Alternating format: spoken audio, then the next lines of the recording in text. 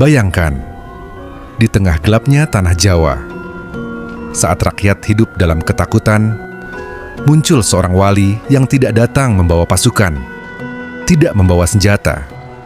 Namun namanya mampu membuat para penguasa, perampok, bahkan orang-orang sombong gemetar ketakutan. Dialah Sunan Kalijaga. Konon, beliau memiliki karomah luar biasa yang sulit dijelaskan akal manusia.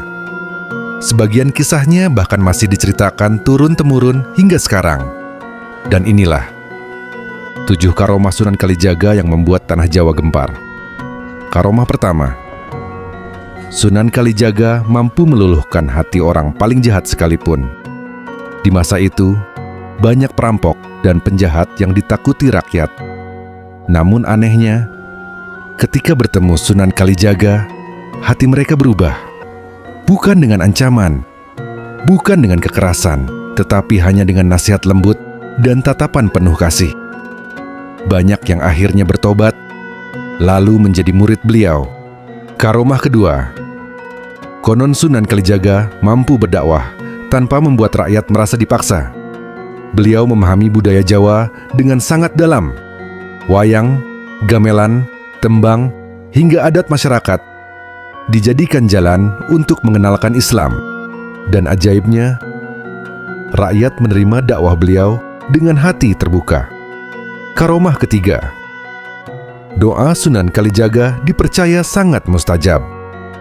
Dalam berbagai kisah masyarakat Jawa, banyak orang datang meminta doa kepada beliau, dan tidak sedikit yang merasa hidupnya berubah setelah didoakan. Karomah keempat, Sunan Kalijaga dikenal memiliki kesabaran luar biasa. Konon, beliau pernah menjalani tirakat dan laku spiritual dalam waktu yang sangat lama demi mendekatkan diri kepada Allah. Karena itulah, ucapan dan nasihat beliau begitu menyentuh hati manusia. Karomah kelima, beliau dipercaya mampu mengetahui isi hati seseorang. Ada kisah ketika seseorang datang dengan niat buruk, namun sebelum orang itu berbicara, Sunan Kalijaga sudah mengetahui maksud kedatangannya. Hal itu membuat banyak orang terkejut, lalu memilih bertobat. Karomah keenam, Sunan Kalijaga mampu mendamaikan konflik besar tanpa peperangan. Saat rakyat dan penguasa berselisih, beliau hadir membawa ketenangan. Kata-katanya mampu meredakan amarah dan membuat banyak orang tersadar. Karomah ketujuh, karomah terbesar Sunan Kalijaga adalah pengaruh dakwahnya yang bertahan hingga ratusan tahun. Bayangkan, hingga hari ini, nama beliau masih disebut penuh hormat, ajarannya masih dikenang, dan jejak dakwahnya masih terasa di tanah Jawa.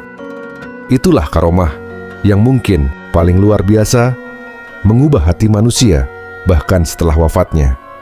Namun sahabat semua, karomah sejati bukanlah kesaktian untuk dipamerkan.